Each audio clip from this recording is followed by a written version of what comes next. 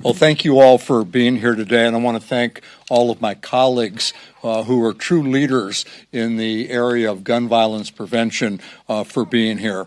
As I think it's been well said before, but gun violence is the leading cause of death for children and for teens, and we should all be embarrassed by that. We should all be outraged by that, and we should be doing everything we can to change that. We're here today because we're going to introduce a package of bills on background checks. Background checks save lives.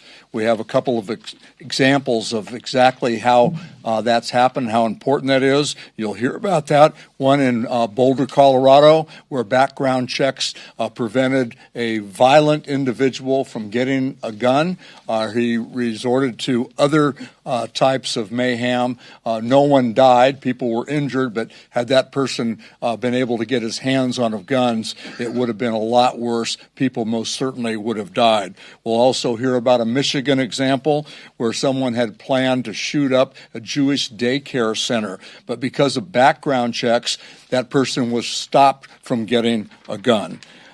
Every day, 160 felons and 50 domestic abusers are stopped from buying firearms because of the background checks. It makes sense, and it makes our community safer to have strong background check laws in place. 90% of both gun owners and non-gun owners support expanding background checks, and that's in part why I introduced the Bipartisan Background Checks Act, and you'll hear from him from himself, but why Representative Clyburn introduced the Enhanced Background Checks Act. And it's important that we talk about these today, and in contrast with what's happening in the Trump administration.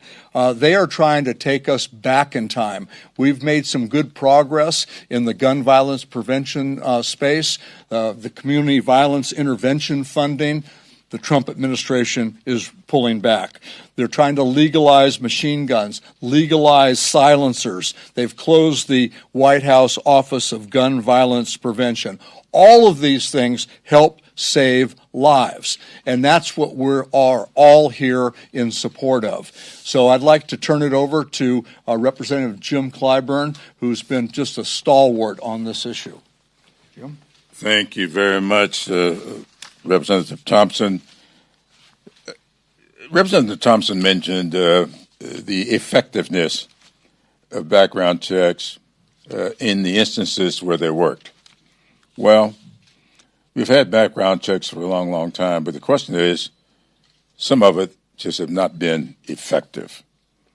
Next week, the 17th, we are going to commemorate the 10th anniversary of the murder of 9 worshipers in the basement of the Emmanuel AME Church in Charleston, South Carolina. These were all constituents of mine, some of whom I knew very personally.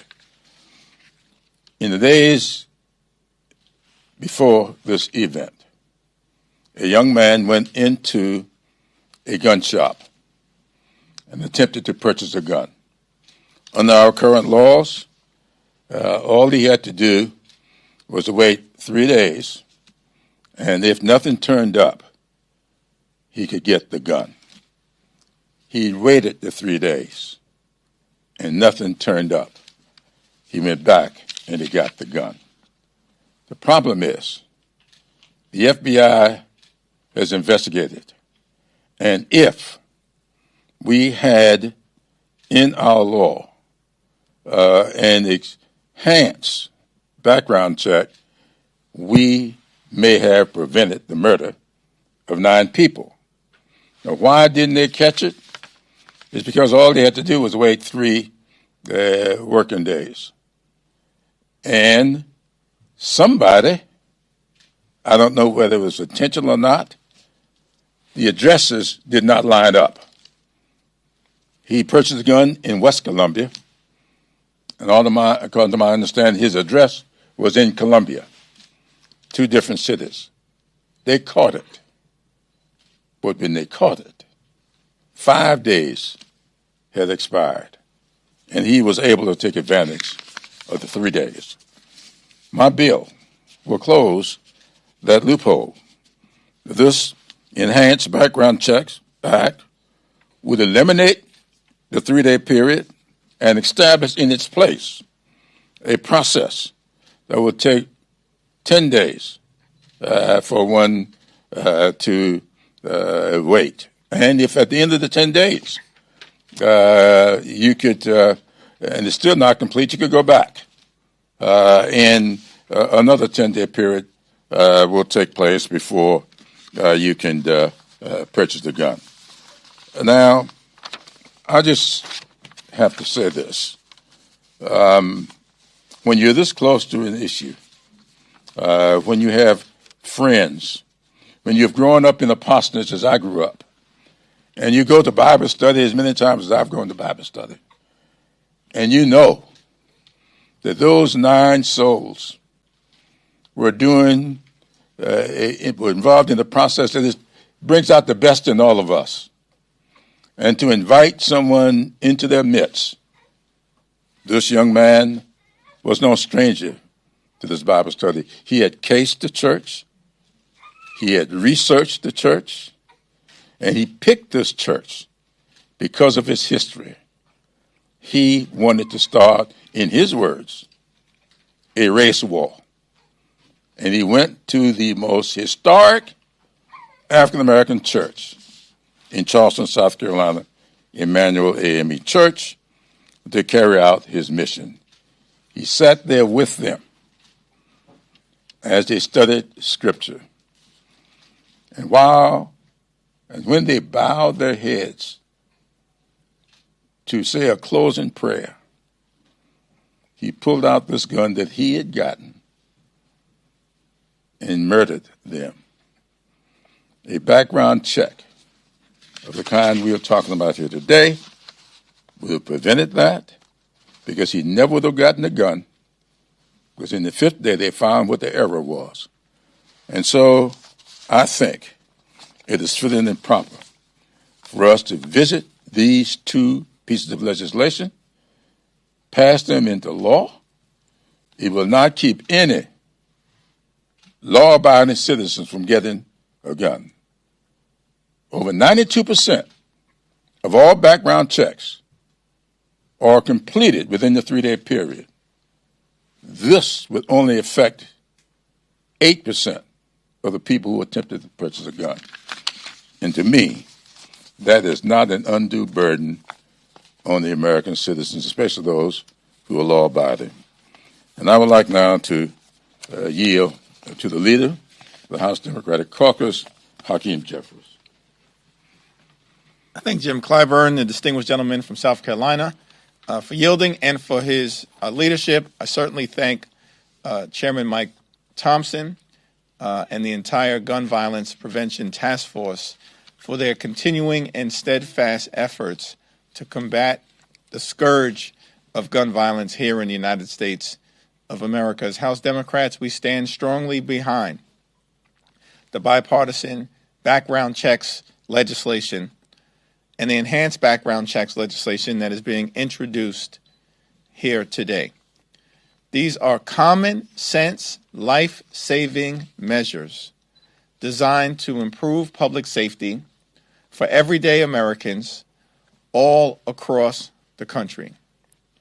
The gun violence epidemic that has ravaged America for far too long in such horrific ways, in such deeply personal ways, in such searing ways requires an aggressive, common sense response. And House Democrats are prepared to do just that. We just need a handful of Republicans to join us to advance and enhance the safety of the American people. Gun violence is the leading cause of death for children and teenagers in the United States of America. That should shock the conscience of everyone. That is completely unacceptable and unconscionable. And there are things that can be done to turn that situation around.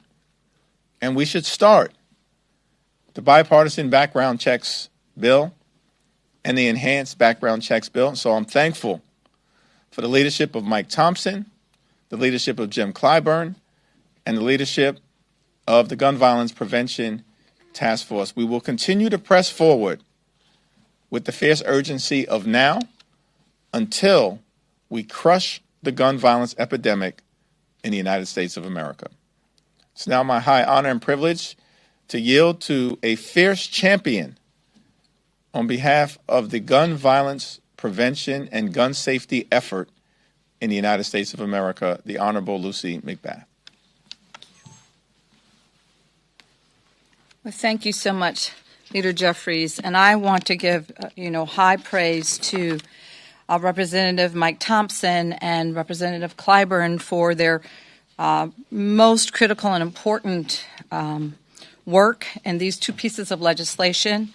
When I first came to Washington, those two pieces of legislation I knew about, and I knew when I came to Washington that I would do whatever I could to help uplift and to strengthen the ability to get them across the aisle to save as many lives as I could.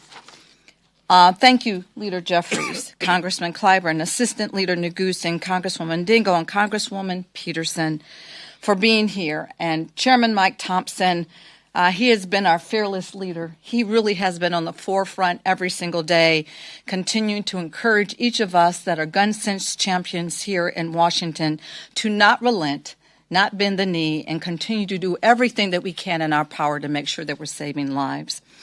Many of you know that I came to Congress to work on behalf of my son Jordan and continue his legacy so that no other parents across the country would ever have to face the devastation that I have lived and have faced, which is the pain of losing a loved one unnecessarily to gun violence. The pieces of legislation I and my colleagues here today are leading are all pieces of comprehensive gun safety legislation that it prevents violence. And these are strategies. These two pieces of legislation are strategies with one goal in mind, and that is simply to save lives. Every day, a victim of domestic violence searches for a way to survive. They face physical assaults from fists, household objects, or anything that can be used to harm them. For those whose abusers have been convicted, there has at least been one critical layer of protection for them: the knowledge that their abuser will not have the ability to be able to purchase a firearm. That protection exists because of a life-saving federal law that has been in place for 57 years, one that lawmakers for decades have defended in a shared understanding that domestic abusers and guns are a deadly combination.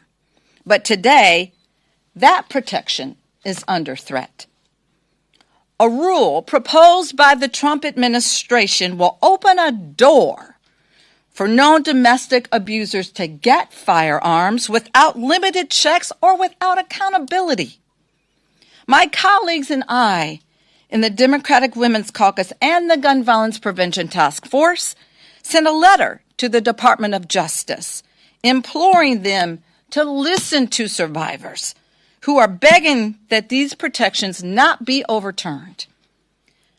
Imagine a world in which more abusers have access to firearms. It affects every single one of us. It affects people in your communities and your neighborhoods. It affects women behind closed doors in the silence of their abuse. Sometimes the signs are hidden and convictions are rare, and escape is very complicated for these women. You may know someone who is facing domestic violence, your child's teacher, or maybe your best friend, or your neighbor.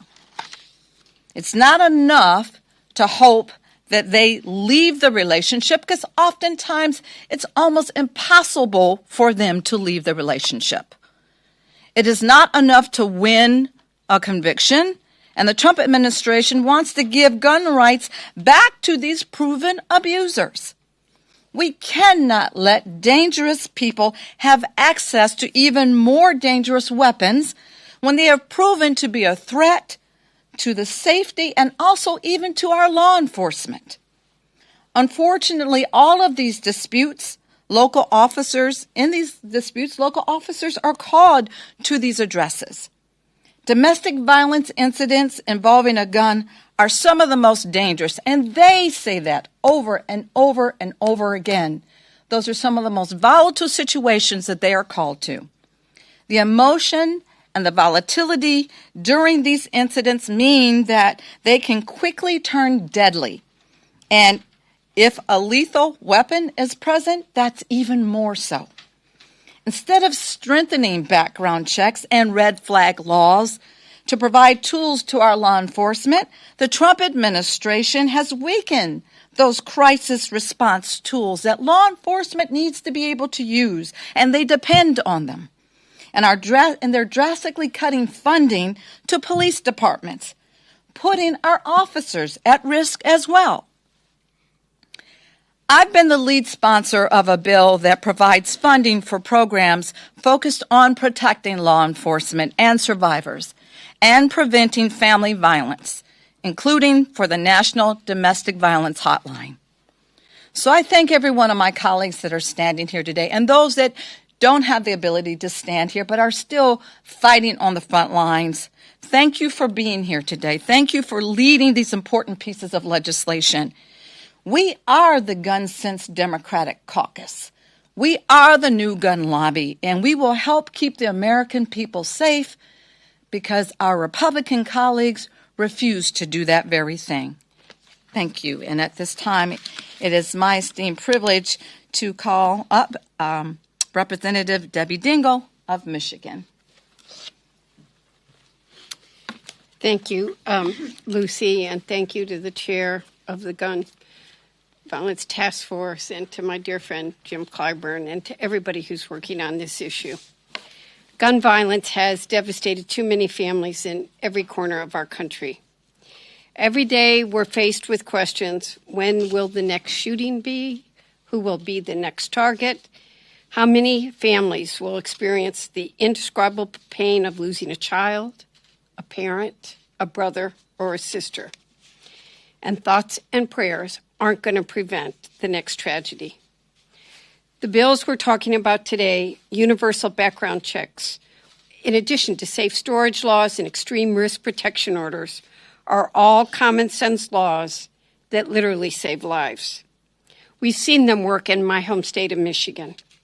In December of 2022, a Michigan man was arrested and charged with illegally possessing a firearm after going on an anti-Semitic rant and threatening parents and children outside a synagogue preschool in Bloomfield Hills. After berating the families, this man attempted to buy multiple firearms that same day. His purchase was denied after a background check that revealed he had been convicted of a felony. He lied about his eligibility. That background check was the only thing that stopped him from purchasing 3 guns, and who knows how many children he might have killed. I'm grateful we have laws in place in my state that prevented a horrible tragedy, but we have to do more. And I'll speak very briefly. I'm the child that lived in a home with a man that shouldn't have had guns. I had to stop my father. I got in the middle of my father trying to kill my mother. I was 7th grade. My sister was 4. I know what it's like to hide in a closet and pray to God, please God, let me survive this night, and hope my father wouldn't have access to those guns. A gun in a domestic violence situation, and it's very hard for me to talk about it, but I do for one reason. It happens in all kinds of places and to all kinds of people. And we have to remove the stigma of people being willing to admit what happens. And people who've been convicted of domestic violence shouldn't have access to guns. I have spent my life trying to make sure no child ever has to live through what we lived through. We know the vast majority of Americans, 90% of them, support background checks. They don't infringe on anyone's rights. There's no good reason why Congress can't get this done. We can't quit fighting. We have to change the laws. We have to save people's lives. And now, a mother who, this child is what we want, we're doing this for. So he never has to face. Please welcome Representative Brittany Peterson, who never stops fighting. Thank you, Debbie. Oh, hi, everybody.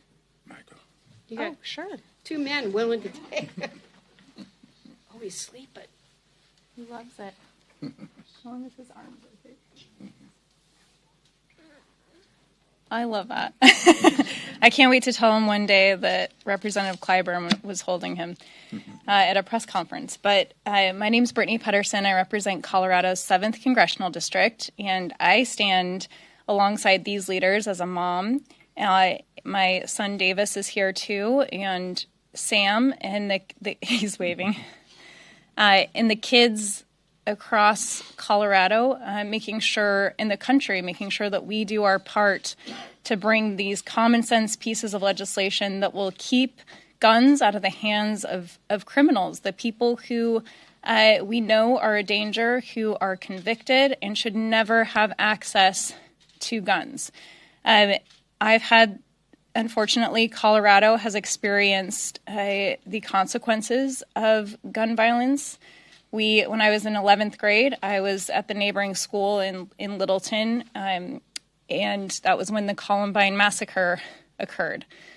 We thought that then it shocked the world, it shocked our community, and now things like that are normal on television. That is not something on the news. It's not something that we should ever accept. We've also seen mass shootings in grocery stores, in places of worship, in a movie theater.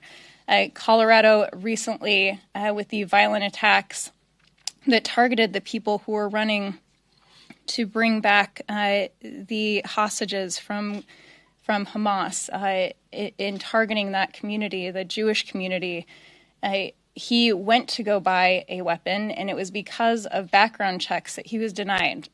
And while it is a tragic situation, what that attack would have been a massacre if it wasn't for background checks.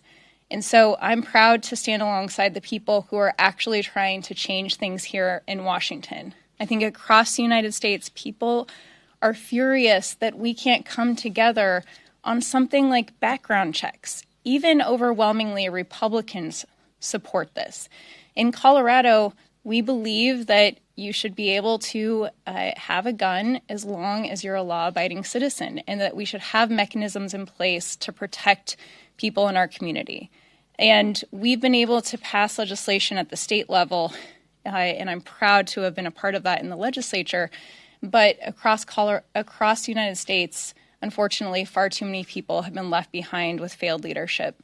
We need national standards.